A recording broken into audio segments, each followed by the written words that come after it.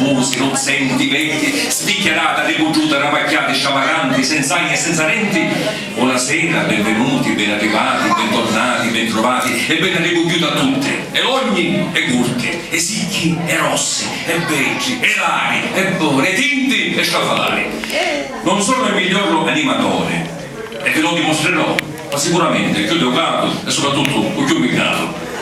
Mi chiamo Maurizio Riccardo Savone e in compenso sono il miglior presentatore, attore, poeta, mimo, ballerino, cantante, cantastorie, caratterista, cabarettista, trucchista, showman.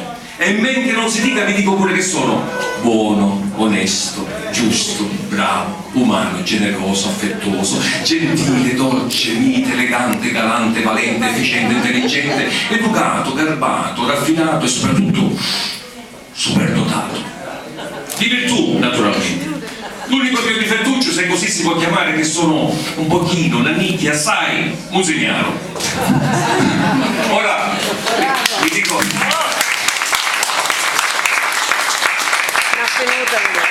Ora, a parte gli scherzi, vi dico come sono realmente. E c'è una mia poesia che mi ha salvato. Sogno tignoso. Allora, sogno tignoso. Ma se ne va in bomba troppo. No, non è buono.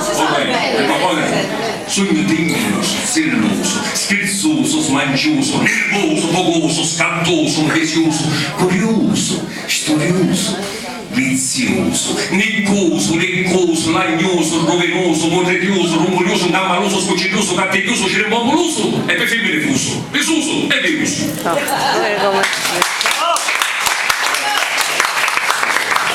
A molti di voi la mia tigna non è nuova e ci dico, a più di 50 anni, altri pensano di averla vista da qualche parte, impossibile, a molto sempre conviene.